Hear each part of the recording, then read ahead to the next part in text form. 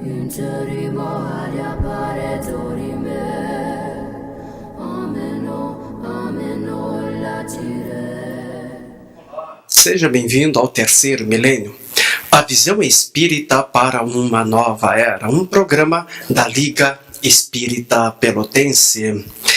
Terceiro Milênio traz um tema por demais importante, que é sobre pena de morte. Este tema está sendo discutido em todos os meios da nossa sociedade. Mas qual é a visão da doutrina espírita? E para essa temática aqui junto conosco, o professor, doutor, escritor, historiador e palestrante espírita Marcelo Gil. Professor, doutor Marcelo, que alegria, satisfação de receber aqui no Terceiro Milênio. Seja bem-vindo. Alegria minha, meu amigo Madeira. Olá aos nossos amigos que estão nos acompanhando em casa. Prazer muito grande estar de volta no programa Terceiro Milênio, principalmente para abordarmos um tema como este, no momento em que nós estamos vivendo, onde a violência tem chamado muito a atenção da sociedade, e quando isso acontece, é claro que as pessoas discutem formas de combater a violência e vem à tona a ideia sempre da pena de morte, que no Brasil não é legal, mas que muitos querem implantar em nosso país, inclusive alegando que isso seria uma maneira de reverter a violência. Então é um prazer grande estarmos aqui mais uma vez. Prazer é nosso. Professor Dr. Marcelo, qual a visão espírita sobre a pena de morte? Bem, Madeira, a doutrina espírita tem uma visão muito firme e também muito clara a respeito da pena de morte, se colocando contrária a esta ideia da pena de morte. Em primeiro lugar, por uma questão moral. Por quê? Não é dado a ninguém o direito de tirar a vida do seu semelhante, com exceção, é claro, do caso da legítima defesa, quando é estritamente necessário que alguém produza a morte de um semelhante para defender-se. Do contrário, nós, na doutrina espírita, compreendemos, como de modo geral compreendem as religiões e como de modo geral compreendem as outras filosofias espiritualistas, que a ninguém é dado o direito de tirar a vida de um semelhante. Isto é uma questão moral, que, aliás, como acabo de dizer, não é algo defendido apenas pela doutrina espírita.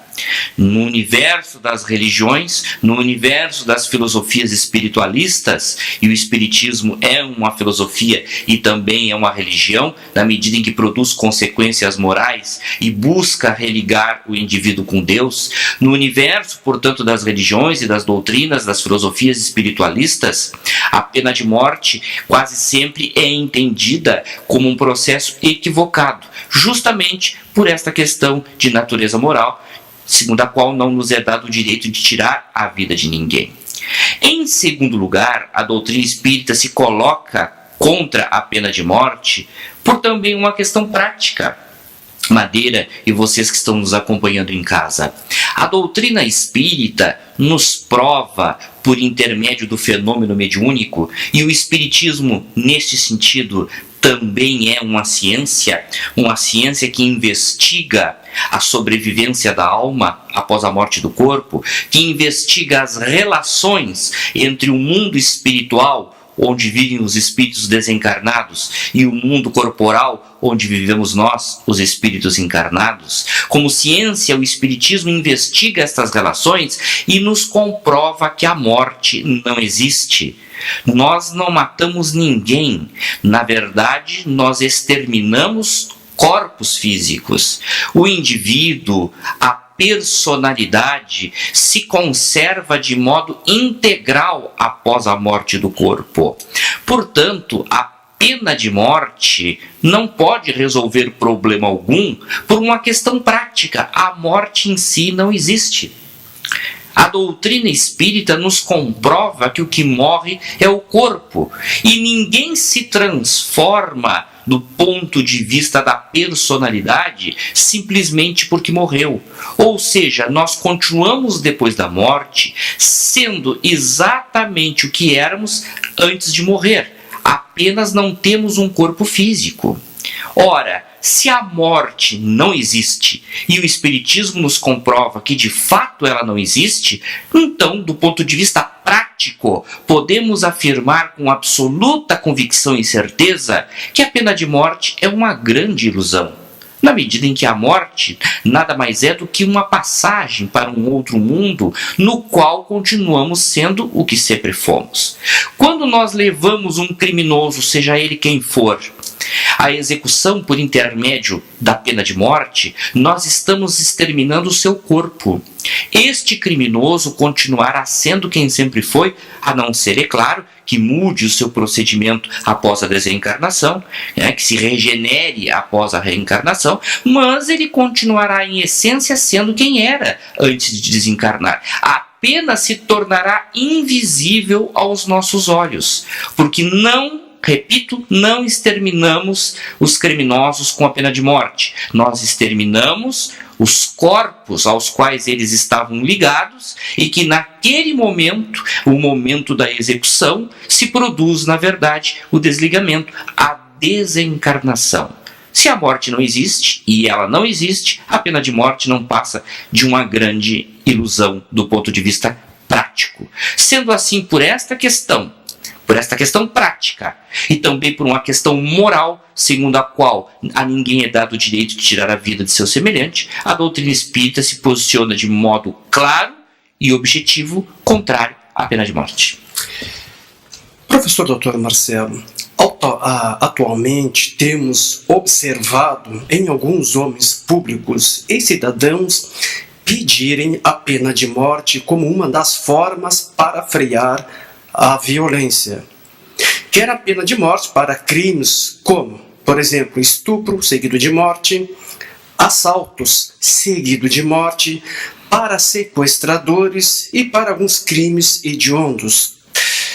Professor Dr. Marcelo, a pena de morte é uma solução para o problema da violência? Não, Madeira, a pena de morte não é uma solução para a questão da violência, e esta não é uma opinião apenas baseada em questões teóricas. Quando eu digo que a pena de morte não é a solução para a violência, eu não estou falando isso apenas porque sou espírita e como espírita me coloco contra a pena de morte. Não.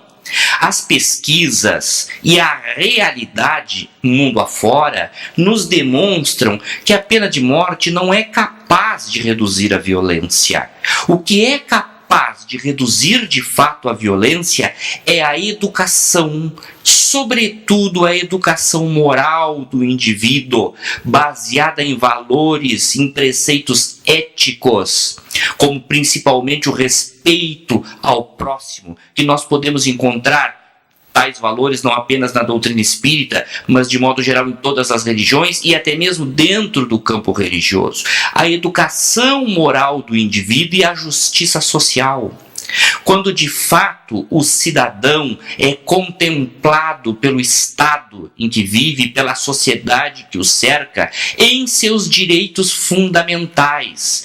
Quando nós temos uma educação moral verdadeira, voltada para a transformação do indivíduo em um ser melhor, quando nós temos justiça social, com todos recebendo aquilo que de fato necessitam para poder sobreviver com dignidade, isto sim faz que ocorra a redução da violência.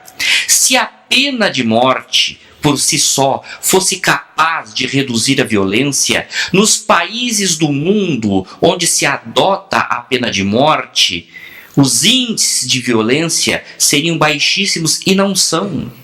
Nós temos como exemplo para citar vários estados dos Estados Unidos. Os Estados Unidos da América do Norte, os Estados Unidos como nós conhecemos, é um país onde a pena de morte existe em alguns estados, enquanto que em outros não. Porque lá cada estado tem o direito de determinar a legislação a respeito de uma série de temas diferente do Brasil, onde os estados da União não têm tanta liberdade assim para legislar. Lá, os estados que compõem o país Estados Unidos da América possuem essa liberdade. De modo que a pena de morte existe em alguns estados. E nós vemos que os índices de violência são altíssimos.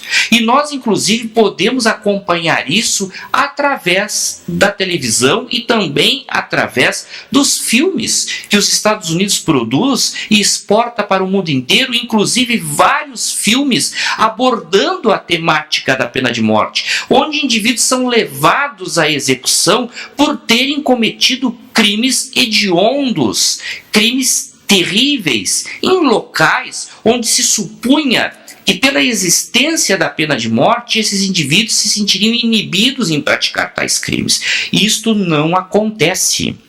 Está, portanto, suficientemente demonstrado que a pena de morte, não por uma questão teórica, vejam, por uma questão prática, de realidade, pelos exemplos desses países, está suficientemente demonstrado que a pena de morte, por si só, não reduz a violência.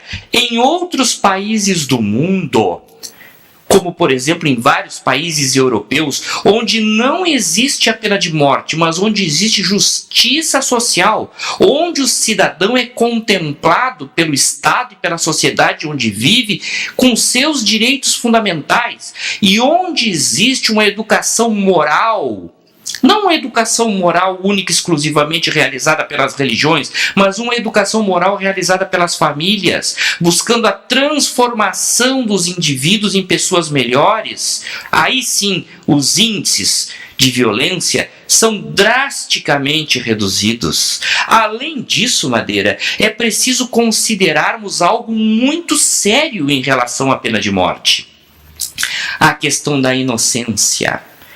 Por vezes, nós conhecemos inúmeras histórias e algumas delas são, inclusive, mostradas em filmes produzidos nos Estados Unidos, e indivíduos que inocentemente foram condenados à pena de morte e foram executados. Por uma razão muito simples. Vocês que estão agora, neste momento, me assistindo, raciocinem, pensam, reflitam. A justiça, o sistema judiciário e o sistema policial é constituído por pessoas. E pessoas, seres humanos, cometem erros. Portanto, o sistema de polícia em qualquer país do mundo e que investiga, que prende, e o sistema judiciário que julga e manda executar é sempre constituído por pessoas que cometem erros. Pesquisas realizadas nos Estados Unidos já demonstraram que, mesmo eles tendo uma das melhores polícias do mundo, uma das polícias mais bem treinadas do planeta, com recursos tecnológicos de ponta, conforme inclusive vemos nos filmes, mesmo eles tendo esta polícia que investiga, que é uma polícia bem aparelhada, bem treinada, que recebe imensos investimentos na parte de treinamento e de tecnologia, e mesmo eles tendo um sistema judiciário que é considerado modelo no mundo inteiro, mesmo assim lá são cometidos erros. E diversas pessoas inocentes são condenadas e executadas. Já se chegou à conclusão, através de algumas pesquisas realizadas nos Estados Unidos, que a cada 100 pessoas condenadas e executadas pela pena de morte, de 3 a 4 eram inocentes. Ou seja, para que 96, 97 bandidos fossem executados, de 3 a 4 inocentes tiveram de morrer. Vocês não acham isso um preço muito alto a pagar? Usando-se esse pressuposto de que com isso se estaria reduzindo a violência, se também não é verdade que a violência se reduz com a pena de morte? Agora vocês todos que estão me escutando, me observando neste momento, todos vocês conhecem o país em que vivemos. Todos vocês conhecem a polícia que temos, que não recebe os recursos necessários para se aperfeiçoar, tanto na formação Os policiais têm boa vontade, mas faltam recursos para a sua formação, faltam recursos para promover a melhoria tecnológica da nossa polícia. Vocês conhecem o sistema judiciário que nós temos. Se nos Estados Unidos, a cada 100 pessoas executadas, 3, 4 são inocentes, imagine o índice que teremos no Brasil de inocentes sendo executados através da pena de morte, morrendo inocentemente por um sistema falho que não é capaz sequer de inibir a violência que nos assola. Professor Dr. Marcelo, e como chega ao mundo espiritual a criatura que sofreu a pena de morte, como também aquela pessoa que pela pena de morte foi morta injustamente? Como é que chega no plano espiritual? Bem, Madeira, nós nunca podemos generalizar. Nunca podemos generalizar, porque cada caso é um caso. Cada pessoa é uma pessoa. Inclusive, o espírito André Luiz, através da mediunidade de Chico Xavier, em diversas de suas obras, mas principalmente na obra Obreiros da Vida Eterna, nos diz que cada morte é uma morte. Mesmo que nos pareça igual aos olhos da sociedade, aos nossos olhos, porque cada pessoa é uma pessoa. Portanto, nunca podemos generalizar. Mas é evidente que, de modo geral, aquele indivíduo que é sacrificado através da pena de morte, que tem a vida, o corpo físico sacrificado, a vida biológica sacrificada em razão da pena de morte, normalmente este indivíduo irá revoltar-se. Como também normalmente irá revoltar-se aquele, com maior razão, que foi executado injustamente. É claro, repito, não podemos generalizar, porque é sempre possível que a pessoa, refletindo, assuma uma conduta completamente inesperada para nós e até mesmo para ele. Mas, de modo geral, a pena de morte para os executados, para aqueles que são punidos através dela, causa revolta. E causando revolta em relação àqueles que são executados por de fato terem cometido crimes hediondos, crimes extremamente violentos, a pena de morte acirra a violência.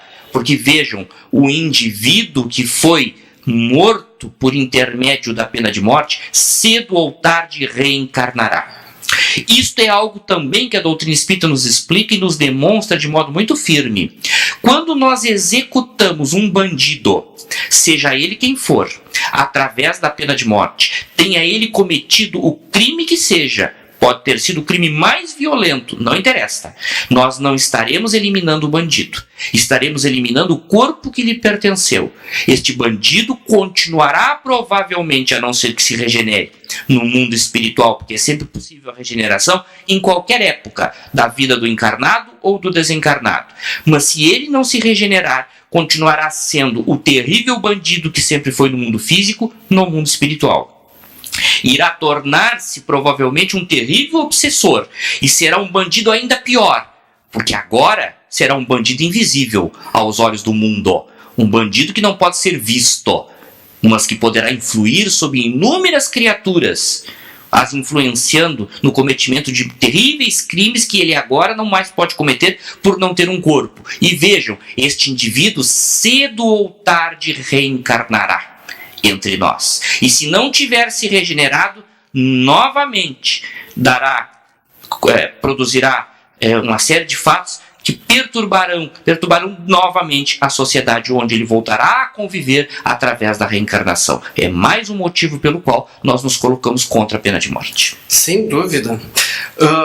Na visão espírita, professor Dr. Marcelo, como fica aquela pessoa, juízes, advogados, promotores, a pessoa que aplicou a injeção letal, aquela pessoa que é instrumento para a morte do outro? Como fica, dentro da visão espírita, essas pessoas? Pior do que esses, Madeira, é a figura do legislador. Porque o juiz, o promotor, os advogados devem se ater à lei. A legislação de cada país. Mas o legislador é aquele que cria a legislação. É aquele que cria a lei. Então é muito triste nós observarmos legisladores que deveriam estar contribuindo para a moralização do nosso país, estarem defendendo a pena de morte. A responsabilidade destes, sim, será enorme, porque eles estarão criando uma lei que permitirá que outros indivíduos, em nome do Estado, exterminem os corpos de seus irmãos. E estarão permitindo, inclusive, que a sociedade, o nosso país, corra o risco de mandarmos para a pena de morte inocentes condenados por falha do sistema judiciário, por falha do sistema de investigação da polícia.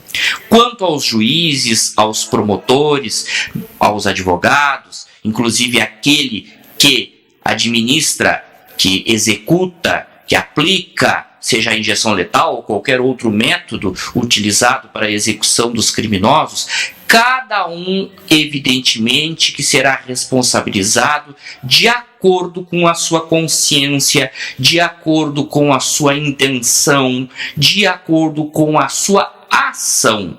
Peguemos o caso do juiz, por exemplo, que deve se ater à lei.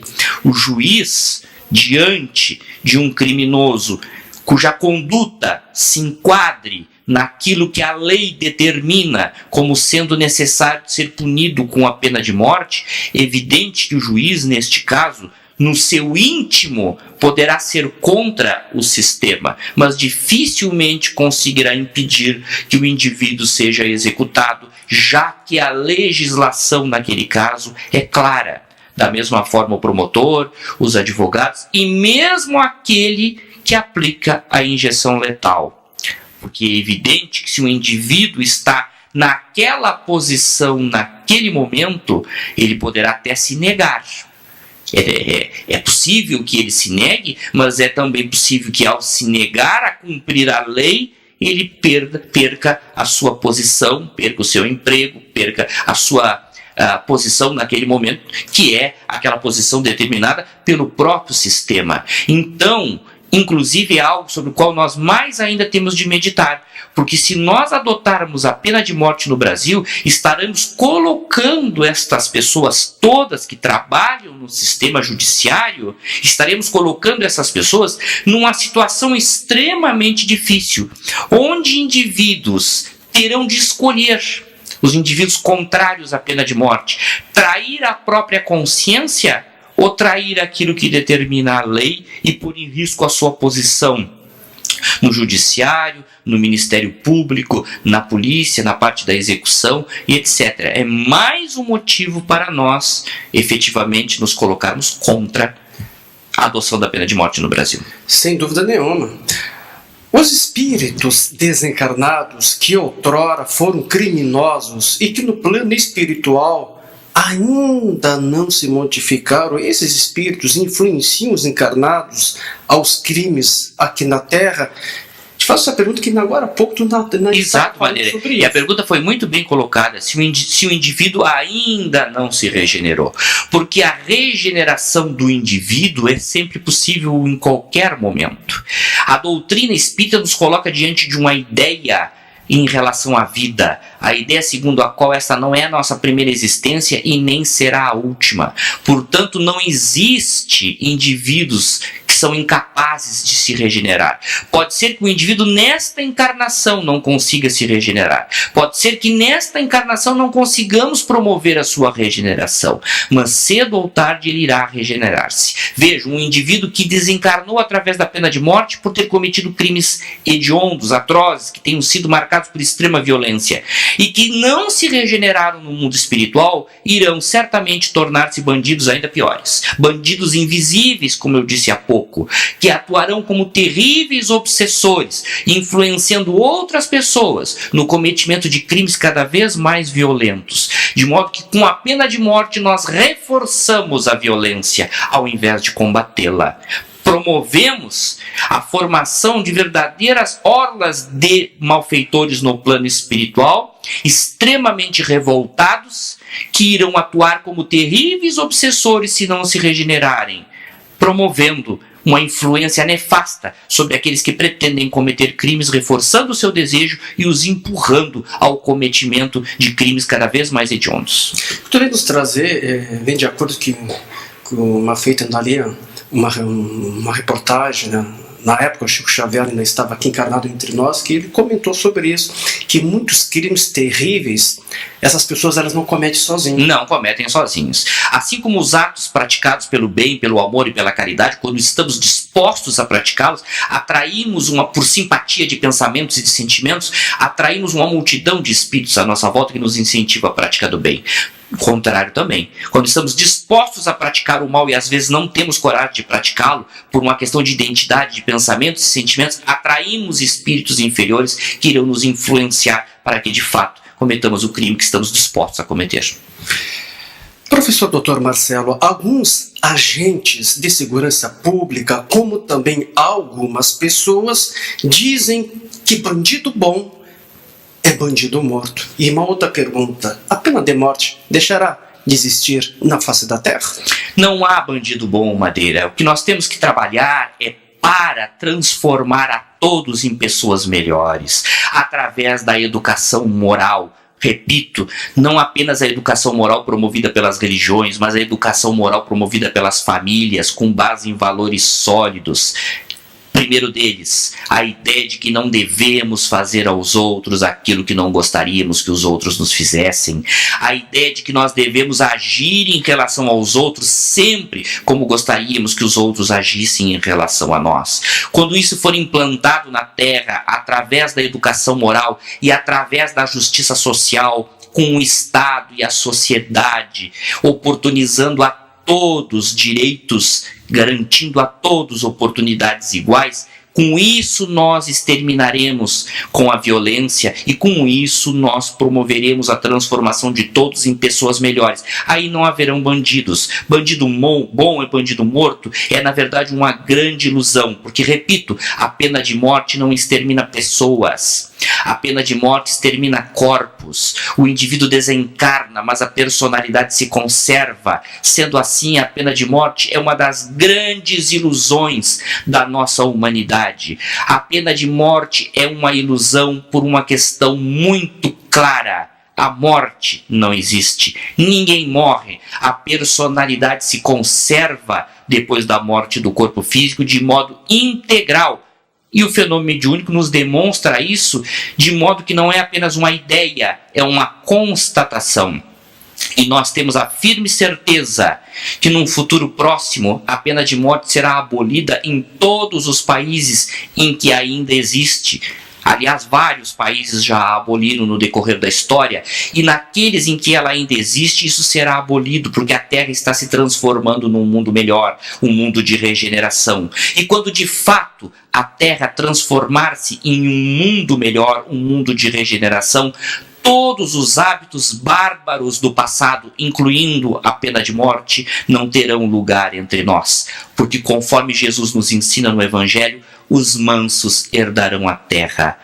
A proposta é de que todos nós nos tornemos os mansos de que fala Jesus no Evangelho para herdarmos a terra. Ser manso é ser bom, é ser fraterno, é ser caridoso. Não é aceitar tudo, é lutar para transformar aquilo de ruim que ainda existe em nós e na nossa sociedade em coisas boas para nós e para todos.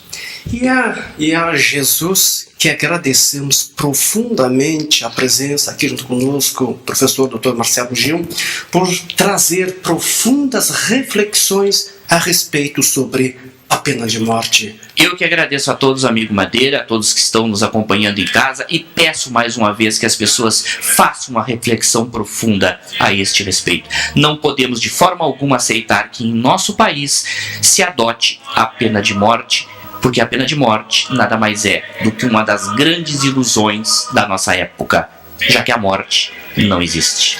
Nosso muito obrigado. Eu que agradeço. Um grande abraço a todos. Terceiro Milênio vai ficando por aqui, lembrando que temos encontro marcado no nosso próximo programa. E nós estaremos aqui esperando por você. Desejamos que tenha um dia maravilhoso, uma semana repleta de alegria, sucesso, amor e muito trabalho no bem. Fique em paz e que Deus nos abençoe. Ameno, umenare imperave ameno, timere, mantire mo, ameno.